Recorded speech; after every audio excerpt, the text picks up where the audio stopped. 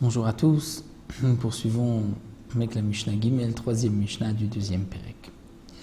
La Mishnah nous dit Matza achar agapa, lorsqu'on a trouvé quelque chose, un objet, achar agapa, derrière un mur, mais un mur de bois ou de roseau, ou achar ageder, ou derrière un mur de pierre. On a trouvé un objet, ou alors gozalot, des oiseaux mekoucharim, qui sont attachés par leurs ailes. Et le Barthénora nous explique qu'à l'époque, ils avaient tous l'habitude d'attacher les oiseaux de cette manière, par leurs ailes. Que devra-t-on faire? La Mishnah nous dira Zelo Yigabain, on ne doit pas les toucher.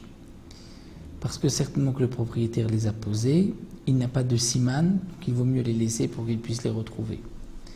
Au Beshvilim, si on les a trouvés, Beshvilim chez Bassadot, c'est-à-dire dans les chemins, parmi les champs. Là aussi, il n'y a pas de siman.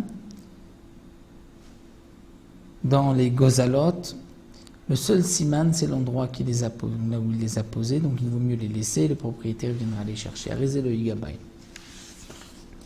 Matzah Keli Be'ashpa. La Mishnah poursuit, dans une ashpa, dans une décharge, on a trouvé un keli. Quel est le din? Un keli qui a donc un siman. Immechuse le higabo. S'il est recouvert, il ne faut pas le toucher, puisqu'on considère que l'objet n'a pas été perdu. Il a été posé, caché volontairement. Immegoulé, s'il est découvert, il a donc peut-être été perdu. Alors Notel, on le prendra au marise et on proclamera, puisque le keli a un siman.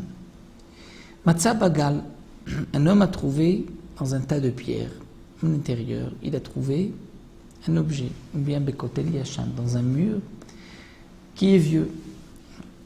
Aril ou shelo, c'est pour lui, il pourra les garder. Pourquoi?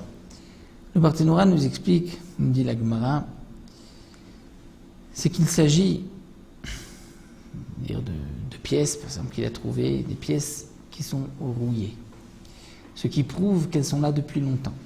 Donc celui qui les a trouvées pourra dire, même au propriétaire de ce mur, en vérité, ces pièces ne sont pas à toi. Elles datent du temps des Émorim, dire avant que nos ancêtres rentrent en Eretz Israël. Et c'est un trésor que les habitants de la terre avaient laissé. Donc c'est moi qui l'ai trouvé, ce trésor en premier, donc Arilo Shelo, c'est pour lui.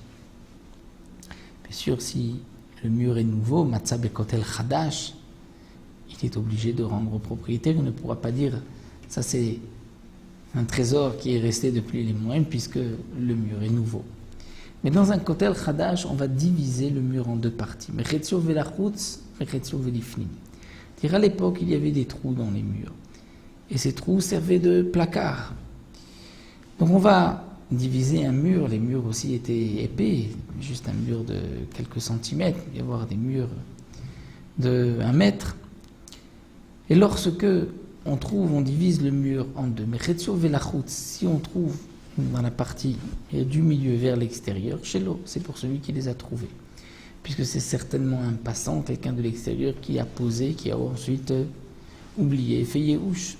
Mais Chetio Velifnim, ça se trouve du côté intérieur, chez le Balabait, ça appartient certainement au Balabait, au propriétaire de la maison, qui a utilisé ce trou comme entrepôt. Imaya Maskiro Lachrim, si le propriétaire de la maison avait loué cette maison à d'autres, même si on a trouvé à l'intérieur de la maison, c'est pour nous, c'est-à-dire c'est pour celui qui les a trouvés, puisque la maison a toujours été louée, donc on ne sait pas, lorsqu'il y avait plusieurs locataires, on ne sait pas à qui appartient cet objet, donc les locataires ont certainement fait yehush, celui qui les a trouvés pourra les garder. On a bientôt pour la Mishnah Dalet.